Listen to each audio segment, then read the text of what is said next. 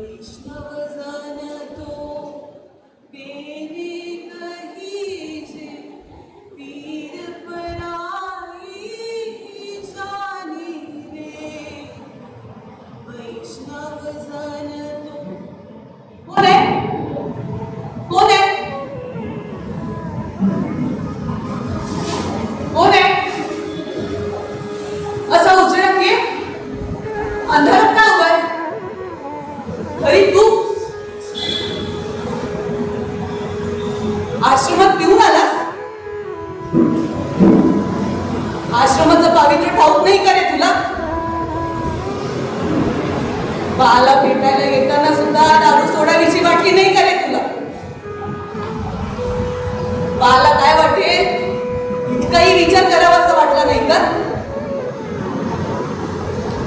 तुला अशा अवस्थेत पाहून मन दुखत रे इतका दारूला वाहून गेला इतकाच बापू सोबत स्वातंत्र्यासाठी वाहून गेला असता तर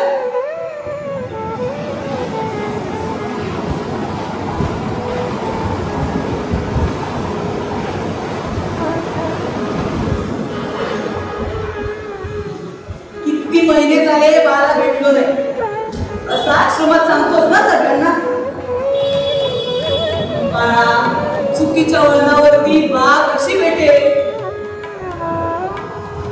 तू धरलेली ही वाट आपली नाही बाळा तिथे फक्त अंधार आहे अंधाराशिवाय दुसरं काहीच नाही नावात दैवत्व आणि वागण्यात अरे बाळा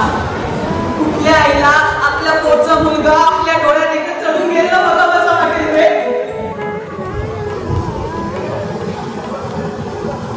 बापूमुळे बापूच्या मोठ्यापणामुळे तुझ्या इच्छा मानल्या गेल्या असं तू सांगतोस ना सगळ्यांना बापू माझ्याशी असं का वागतात हाच प्रश्न तुला दारूच्या बुत्त्यावर घेऊन गेला असं सांगत सुटलाय ना जगाला पण हा प्रश्न दारूच्या गुत्त्यावर घेऊन गेला बापाजवळ नाही घेऊन गेला हा कुठला होता आणि का नाही घेऊन गेला तर ते बोलतील म्हणूनच ना बापूचं बोलणं मनाला लागतं पण तेच शब्द मनाला बरी देतात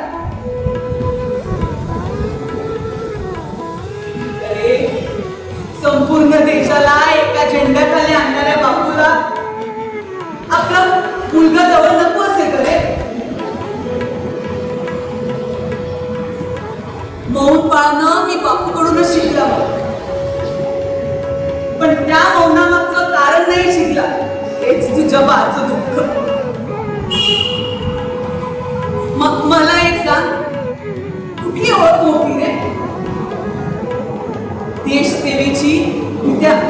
दारूच्या बुत्त्यावरची देशप्रेम कळलेल्या बापूला पुत्रप्रेम कळलं नसेल का रे अरे बाळा आई आपल्या हाडामासाचा गोळा जन्माला घालते तो काय असं वाऱ्यावर सोडण्यासाठी का तुझ्या बानं तुला बाळणपणात गर्भाशयावर जोर देऊन जन्माला घातलं तो काय हा देव असं त्या दारूच्या बुत्त्यावर सोडण्यासाठी करे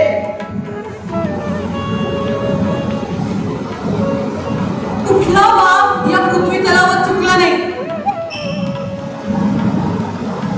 सगळे थोडाफार फरकाने चुकतात मग काय तू असं दारू पिऊ त्याला लोट बसणार आहेस का अरे अरे